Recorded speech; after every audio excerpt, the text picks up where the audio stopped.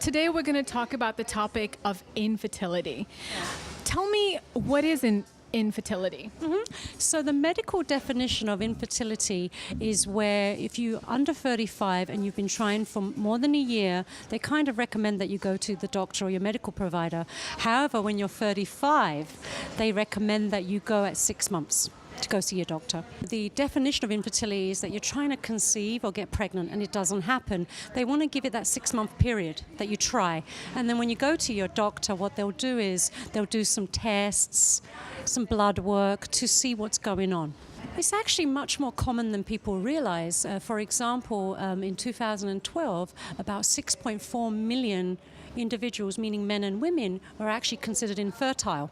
And so if we break that down even more, I think it was approximately 7.4 million people, women especially on the ages of 15 to 44, that actually went to go seek infertility services.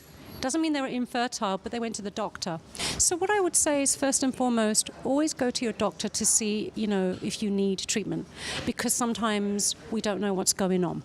Secondly, what I do with a lot of my clients, especially South Asian clients or non-South Asian clients, is to look at alternative ways, meaning acupuncture as complementary to fertility treatment. But for some of my clients, they've just started to try to get pregnant. And I recommend go do acupuncture because it's good for the energy, it's good for the blood flow.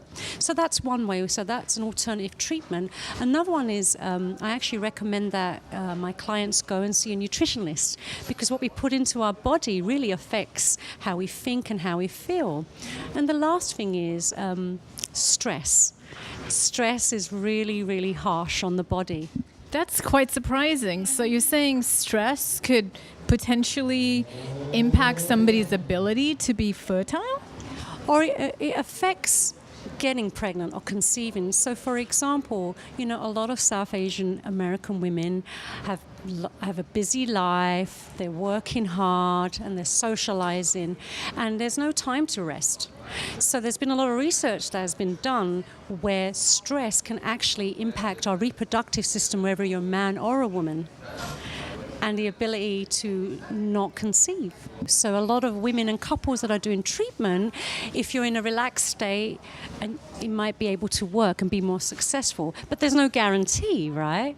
So what I do with a lot of my clients is recommend that they do something called mind-body reduction, stress reduction techniques. So, for example, meditation is a great way to reduce stress. There are lots of workshops that I send my clients to where they're with other people, other women who are going through similar problems, but also they're learning techniques to relax. Because relaxing can be really hard for a lot of women, especially when they can't get pregnant. A lot of my clients, they seek counseling from me. They haven't even told their family members that they're trying to get pregnant, because generally in the South Asian community, family is so important. To have a family is key.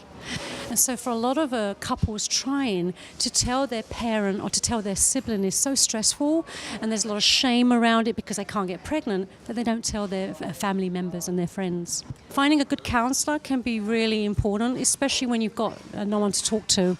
You can also join a support group, and the way you find that out is speak to your medical provider or go online, because there's a lot out there.